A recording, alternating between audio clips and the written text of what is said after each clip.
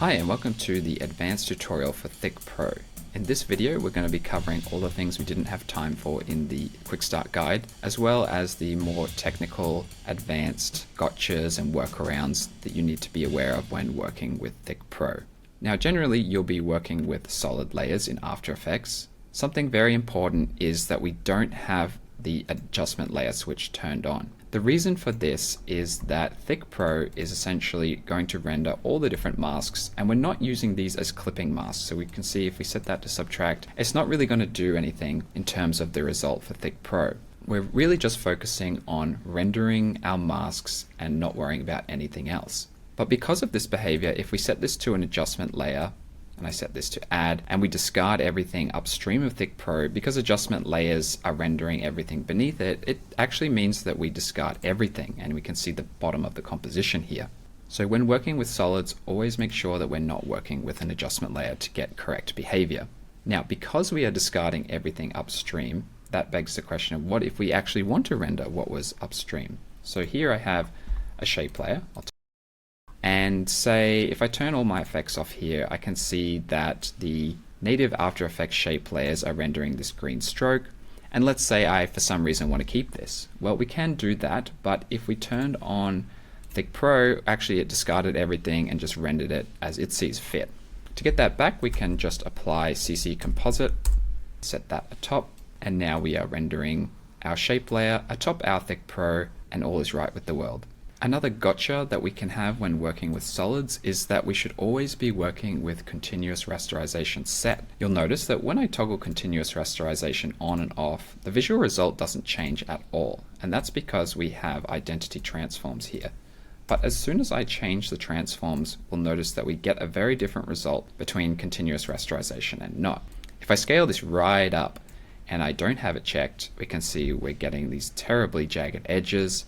And also the stroke width is being scaled by the layer transform, which is 500%. That's why the stroke is much thicker than if it lives in world space. Now you may want that behavior, but without the jagged edges, and we can do that. I'll just reset the scale here by changing the scene scale. And what this does is it multiplies all the parameters inside thick stroke by this scene scale. So now we can have this incredibly thick, very zoomed in stroke, but without the jaggies.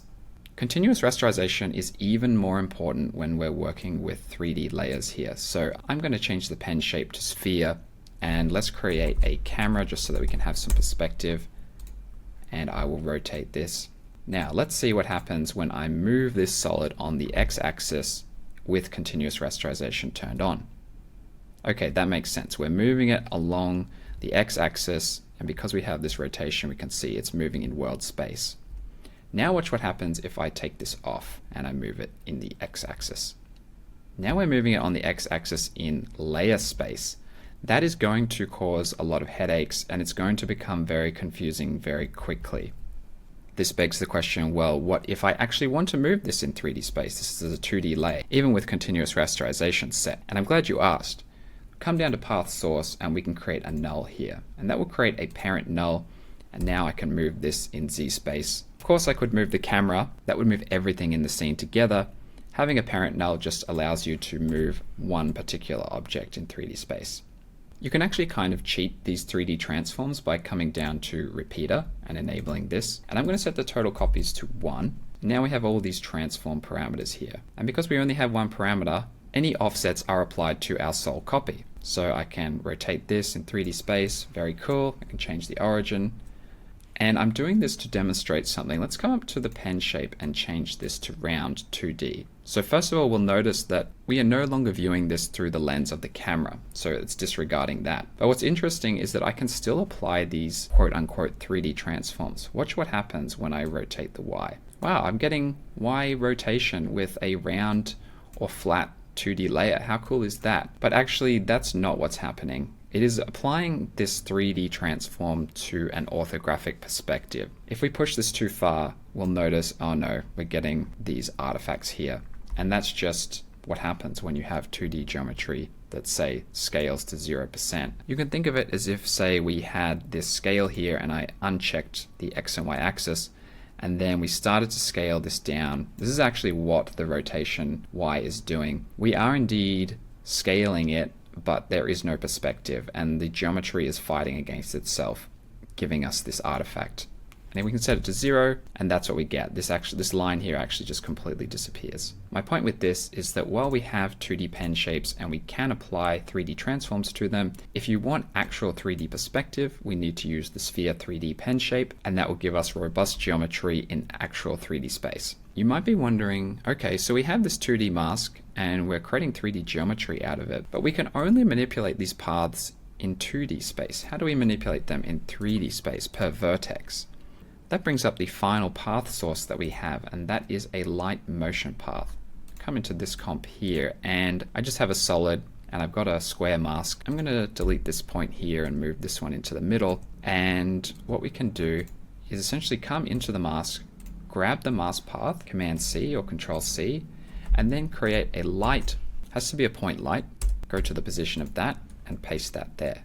And then if we have sphere 3D checked, we now have this use light motion path enabled. And if I hold down Alt, I can orbit around the scene, and I can see, cool, I have this 3D triangle. What's different about this is that I can now manipulate the X, Y, and Z location of each of the vertices. So if I grab the start and end, I can now push that forward or back in Z space, and we have an actual 3D object here. It's a little bit confusing to get your head around because we have these different keyframes, and you might be thinking, well, does it matter where we are in time? But actually, the temporal information of this is discarded. We're essentially using these keyframes as vertices. If you want, you can come to the Convert Vertex tool and actually round these out, and then you can use the spatial tangents as actual tangents. But for now, I'm just going to stick with the basic triangle, and let's come in here and I'm going to see what we can do with the repeater. Let's turn this on and let's push this back in Z space. Now I have copies in Z. I'm going to set this to 30. I'm going to orbit around. One cumbersome thing about this method is that now we have multiple keyframes. If I just move one keyframe, it's not going to move everything in unison. So what I can do is just create a null object, make that 3D, then parent our point light to the null object. And this is essentially our control null here. I'm going to come in and uncheck the scale constraints, and I'm just going to scale it on the x-axis. Now I'm essentially changing the aspect ratio of our triangle. And you don't have to worry about any jagged edges because this is happening before we actually draw the geometry. So it doesn't matter how much you scale it in any axis, it's going to be nice and crisp. Back to the repeater settings, I'm going to rotate the gradient cycle a bit, and let's come in and get some perspective. I'm going to create another null object, another handy cam, set that up and turn the lens dolly zoom on so we can see, we can get more perspective.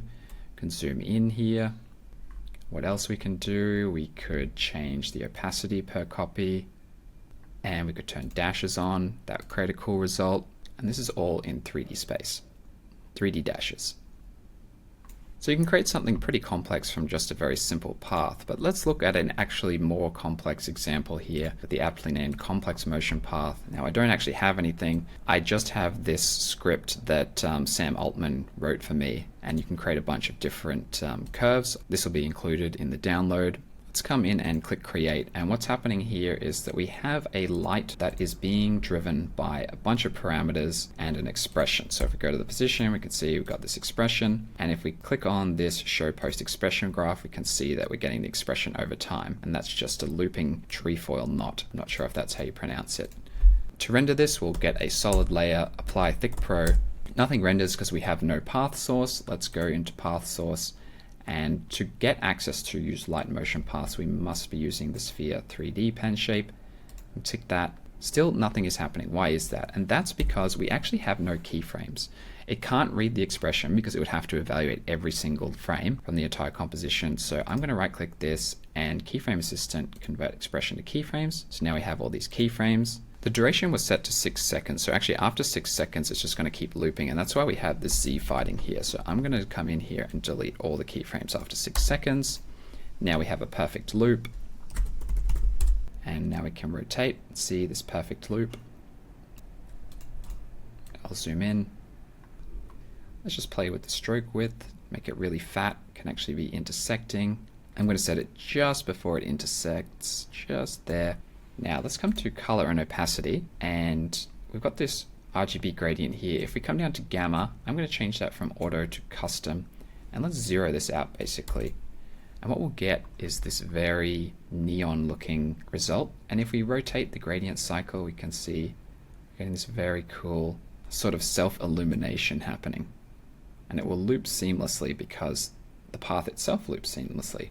We could also modulate the width, so currently it's set to none, constant width, but we could make this start, middle, and end, and that's pretty good for seamless paths. So we can start at 100, middle of 50, and then come back to 100. And then if we rotate the gradient cycle, we're not actually rotating the width itself. So what we can do for the width scope is change that to individual trims, then come down to trim paths. I'm going to change the gradient scope to trims as well so they're unified.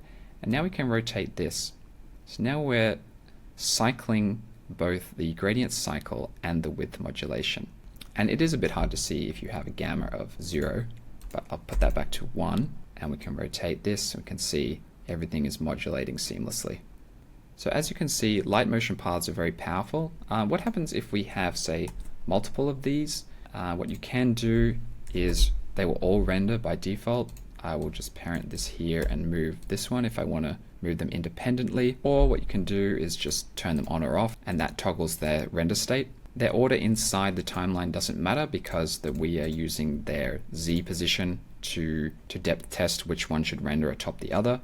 And just in case things get complex, you can actually filter them by name. So I might call this emitter and say we only wanted paths with emitter to be used. We can do that.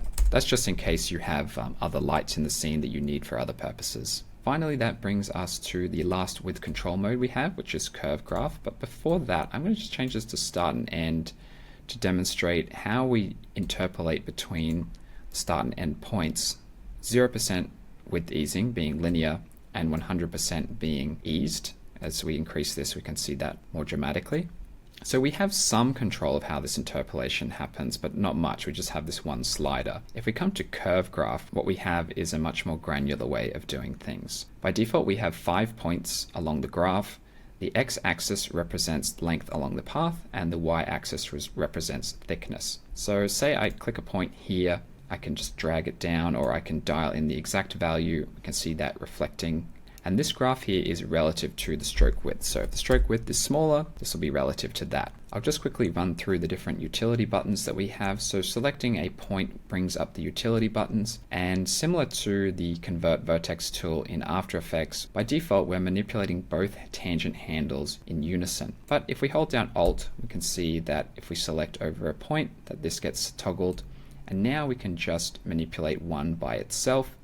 Or if we hold it again, that will snap it back to unified.